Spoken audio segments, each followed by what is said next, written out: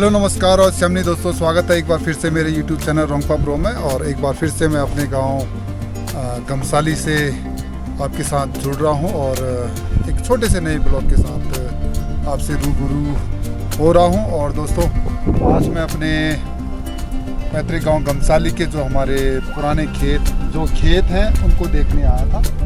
और उसी क्रम में, जैसे ये हमारा खेत है छोटा सा और इसमें अभी कोई भी बुआई नहीं करते हैं, तो जो है उसी खेत के एक छोर मैं देख पा रहा हूँ जैसे देवदार के छोटे छोटे पेड़ हैं। और जो उनकी बनावट है ये जो है नीचे से फैल रही है।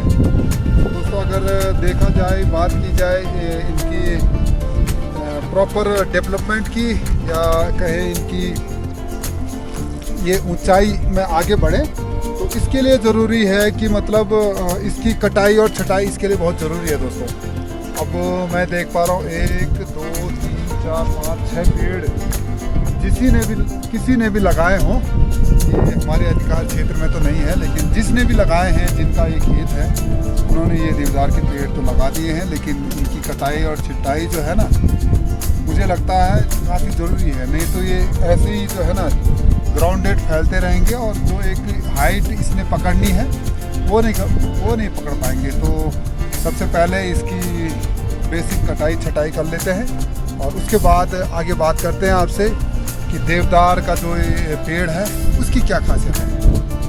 दोस्तों, यहाँ से जो है इसकी ऐसे कटिंग कर लेते हैं ताकि जो ये नीचे से पहले नहीं और एक लंबाई में सीधे आगे बढ़े।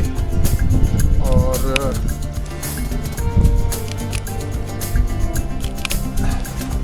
ये आगे काफ़ी कटीले इसके पत्तियां होती हैं। और ये हाथों को भी, मैं जब इसकी कटिंग कर रहा हूँ, इसे पकड़ रहा हूँ, तो मेरे हाथों को एक पिन की तरह जो है ना मुझे एहसास हो रहा है।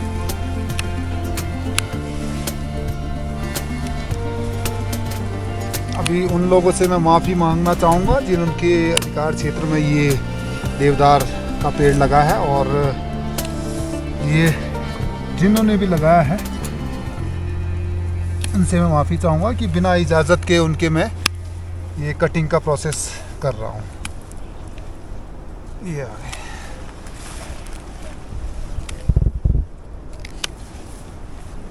तो दोस्तों, अगर देवदार की बात की जाए, इनके प्लांटेशन की, कि एक हाई एल्टीट्यूड ये एक पेड़ है और बताते हैं ये लगभग 100 साल की इसकी उम्र होती है और डेवलपमेंट में भी 100 साल इसका पूरा 100 साल इसकी एज होती है। दोस्तों, अब क्योंकि अगर पेड़ लगाने की बात करें तो ये काफ़ी पेड़ इजीली नहीं लगते हैं। इनकी अगर प्लांटेशन करें तो इनकी देखभाल बहुत ही ज़रूरी होती है। एक ट्री गार्ड वगैरह ये सारी चीज़ें इनकी करनी पड़ती है दोस्तों। और लकीली जिन लोगों ने भी ये लगाया है, ये जो है मतलब एक बिना देखभाल के ये डेवलप कर रहा है। इसीलिए कहते हैं देवदार का पेड़ अगर लगाते हैं तो उसकी केयर करो, नहीं तो ये अपने आप ही जो है लग जाते हैं। तो अगर इनकी पैदावार की बात करें, एक हाई एल्टीट्यूड एरिया लगभग 8 से 9,000 फीट की हाइट के बाद ही जो है ना फिर ये डेवलप होते हैं।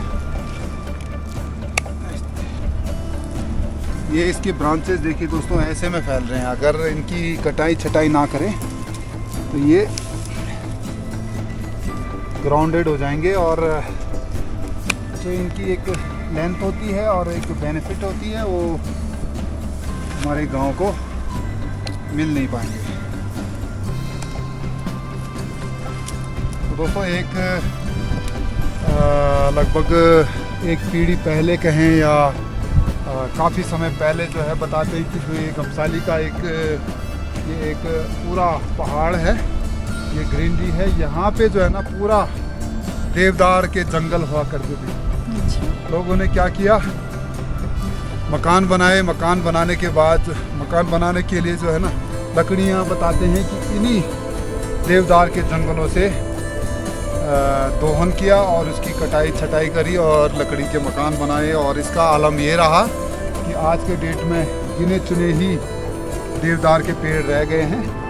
वो भी हो सकता है किसी के प्लांटेशन का असर हो या गवर्नमेंट का इसमें योगदान हो। तो मेरा एक निवेदन है सभी से कि जो भी गांव के निवासी हैं अगर वो मकान बना रहे हैं तो उसमें जो है जो इमारती लकड़ी जो है गांव वासियों को मिलती है मकान को रिनोवेट करने में, नया मकान बनाने में, शायद एक पेड़ या 2 पेड़ जो है एप्लीकेशन लगाने के बाद जो है वन विभाग से परमिशन मिलती है उसकी। तो अगर कोशिश करें कि अगर पेड़ों का दोहन ना हो, क्योंकि एक हाई एल्टीट्यूड एरिया है, यहाँ ऑक्सीजन की वैसे ही कमी रहती है। और देवदार का जो पेड़ है यहाँ केवल देवदार के पेड़ हो सकते हैं या चीड़ या कैल के पेड़ हो सकते हैं और इनको डेवलप होने में 100 साल का वक्त लगता है। और अगर इसकी प्लांटेशन करें तो बहुत ही टफ इसका प्रोसेस होता है और इजीली ये पनप नहीं पाते। और अगर हम 1-1, 2-2, 3-3 पेड़ हर कोई परिवार अगर काटना शुरू करे तो पेड़ों की कमी हो जाएगी और ऑक्सीजन लेवल वैसे ही कम रहता है, तो ऑक्सीजन लेवल और भी ड्रॉप हो सकती है दोस्तों। और ग्लोबल वार्मिंग इसका एक जीता जागता उदाहरण है। और जो मौसम है, मौसम जो है धीरे धीरे चेंजमेंट की ओर बढ़ जाती है दोस्तों। तो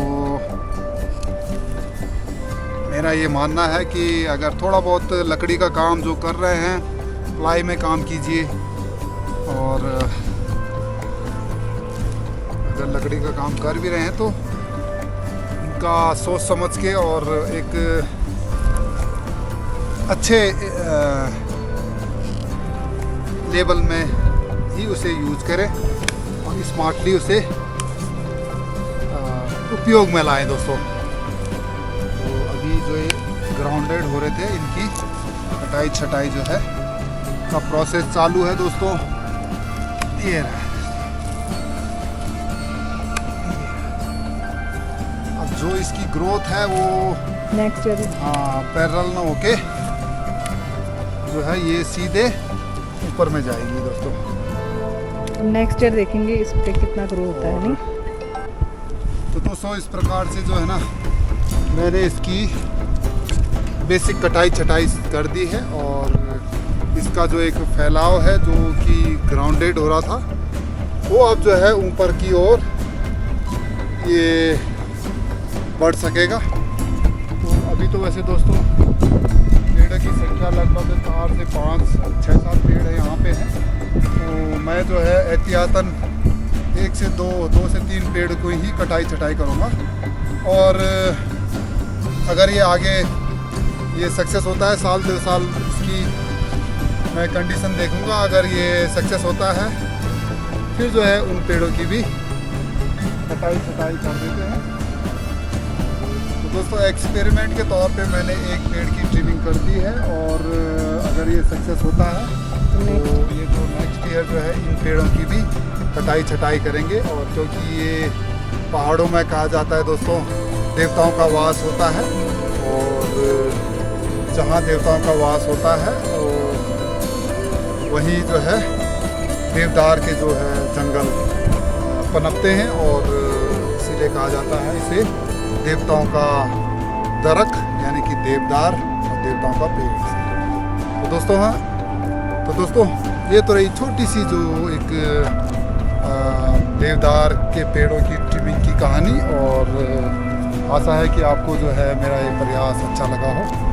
और एक अपील मैं हर किसी गाँव वासियों के साथ हर गाँव वासियों के लिए मैं करना चाहूँगा कि अगर आप अपने मकानों को रिनोवेट कर रहे हैं या आप नया मकान बनाने की सोच रहे हैं तो जो है देवदार के जंगल जो इमारती लकड़ी आप लोगों को एक पेड़ शायद गवर्नमेंट की तरफ से मिलती है वो जो है इसका प्रयोग स्मार्टली करें। अगर ना करना चाहो तो आप प्लाई और बोर्ड में काम कर सकते हैं। और जो हमारी नीति वैली है, नीति वैली को पुनः जो है स्वर्ग का जो दर्जा हमारे पूर्वजों ने दिलवाया था, उसमें अपना सहयोग करें और ज़्यादा से ज़्यादा पेड़ लगाएं, सेब के पेड़ लगाएं, अखरोट के पेड़ लगाएं, क्योंकि ग्लोबल वार्मिंग के इस दौर में यहाँ भी टेम्परेचर जो है ना थोड़ा सा इंक्लाइन हुआ है। और